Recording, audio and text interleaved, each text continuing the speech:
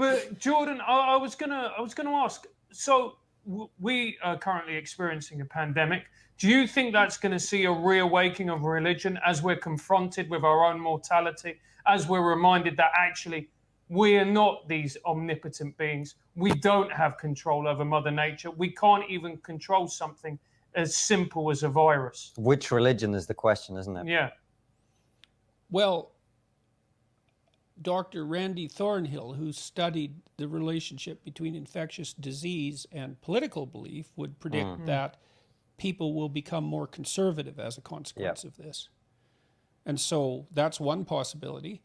You know, I think that when you're faced with a challenge, the issue of what constitutes the ideal and what constitutes deviation from that starts to loom large, right? And there's a reason for that, which is when you're subjected to a catastrophe, one of the logical things to do is to figure out where you went wrong so it didn't happen again. And to figure out where you went wrong is to do something like what Heather described doing with Brett, except internally, right? You posit an ideal in your imagination, and you make that into an avatar. That avatar becomes your judge, and you have a conversation with it. It's something like that, or maybe that's all played out at the level of emotion, but that's not optimal. You want to be able to articulate it. And then you call yourself on it. You say, well, maybe if I was a better person, this wouldn't happen to me.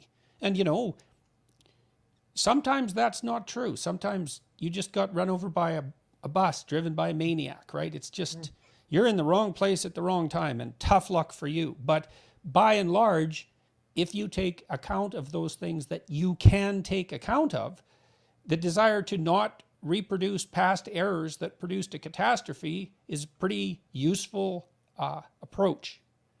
And we abstract these things up to a very, very high level. You know, and that's one of the things that's very peculiar about human beings is, well, another thing that God is the voice of the omniscient collective within. And, you know, you might object, well, that's not God. It's like, well, these things are not as obvious as they look. I mean, the conscience, again, calling to you from within. I mean, here's part of what that is. So imagine that you're subject to social pressure of all sorts, right? And you see that social structure abstracted as well in literature and stories. And so that's like a concentrated social structure. And you're just completely bombarded by that information all the time. And you build an internal representation of the spirit that characterizes, and it's what calls you out on your own misbehavior. But that spirit is something that has aggregated itself over God only knows how long, since the dawn of consciousness itself, a long, long time. And so distinguishing that from something omniscient that's watching you, that's not so easy. And you might say, well, that's still not a metaphysical claim. It's like, fair enough, but when you tangle in the fact that consciousness itself generated that, at least in part, and that you have no idea whatsoever what consciousness is, then you start to skirt the edges of a profound metaphysics of, like the omniscient observer, pretty closely. And those things aren't easily rationalized away. Not as far as I can tell. The deeper I've looked into it, the more peculiar and odd it becomes, especially when you start to think about consciousness itself. So...